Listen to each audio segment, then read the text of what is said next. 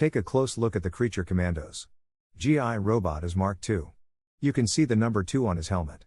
What happened to Mark 1? It's a story of bravery, friendship and sacrifice. Hit like and subscribe for more superhero secrets.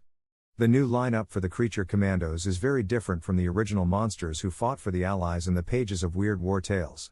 But some things don't change and some sacrifices are permanent. G.I.Robot was designed for jungle warfare. Journeying into forgotten reaches of the planet, G.I.Robot overcomes impossible odds and becomes a hero despite the tragic consequences. G.I.Robot accompanies Sergeant Coker patrolling Tattoo Island in the South Pacific. Coker chats to the silent robot and affectionately refers to him as Jake. When the enemy attacks, G.I.Robot throws Coker to the ground. G.I.Robot takes out the scout troops with his advanced weaponry. Coker thanks G.I.Robot, shaking his hand as if he were any other soldier. Or at least, any other highly dangerous soldier.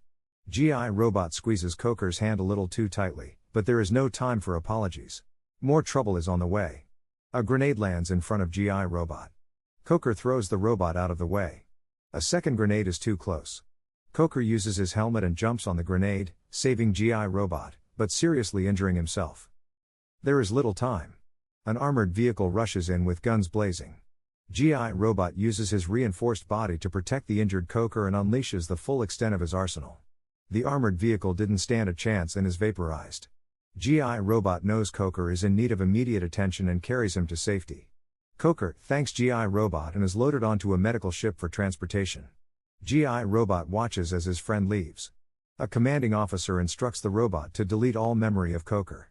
G.I.Robot hesitates. The silent machine recognizes the order. He understands the need to follow instructions, but cannot escape an inclination. Some might call it a feeling if he wasn't a robot. G.I.Robot dives into the ocean and swims after his friend. The commanding officer calls it mutiny and orders the robot destroyed. But G.I.Robot is out of range in seconds. As G.I.Robot travels through the sea, a plane flies overhead. Little does he know it contains the Creature Commandos. Regular people who have been transformed by accident or experiment into terrifying soldiers of astonishing power. The Creature Commandos are investigating disappearances of ships in the Pacific. They nearly disappear themselves when they are attacked by a massive prehistoric monster. Using all the military hardware and their own special skills, they fight off the beast, but it is too powerful and the plane crashes into the sea. One monster is down, but now sharks appear and a second monster is attracted to the feeding frenzy. The Creature Commandos are sitting ducks. Until G.I.Robot arrives and uses his incredible firepower to push the monster back. Floating in a life raft, the Creature Commandos haven't escaped danger or unusual events just yet. An unidentified flying craft rises out of the sea and pulls the life raft on board. It hovers for a moment and then plunges deep into the sea, carrying the Creature Commandos down to the bottom of the ocean and into a massive underground cavern containing nothing less than the lost city of Atlantis. In addition to architecture that dates back thousands of years, the city also contains advanced military weaponry. There are missiles so powerful they could devastate all life on the planet. The Creature Commandos are greeted by an unusual race of beings at once primitive and highly advanced. The Atlanteans are outraged by the presence of Dr. Medusa, whose appearance reminds them of the ancient Greeks who destroyed their civilization thousands of years ago. The Atlanteans demand the head of Dr. Medusa. The rest of the Creature Commandos aren't going to let that happen, but quickly discover the full extent of the Atlanteans' transformation. Having made themselves into science experiments, the Atlantean are more robotic than human. The Atlanteans appeal to G.I.Robot as a fellow mechanical being. G.I.Robot stands between the Atlanteans and the Creature Commandos.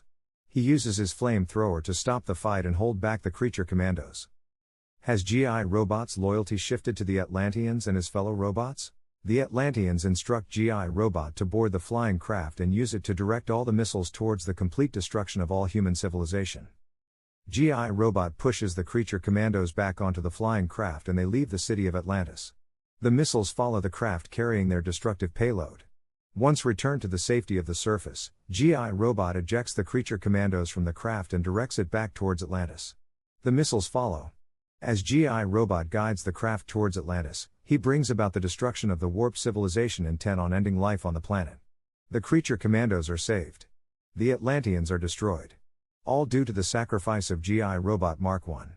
A machine more human and heartfelt than vengeful Atlanteans. What do you think?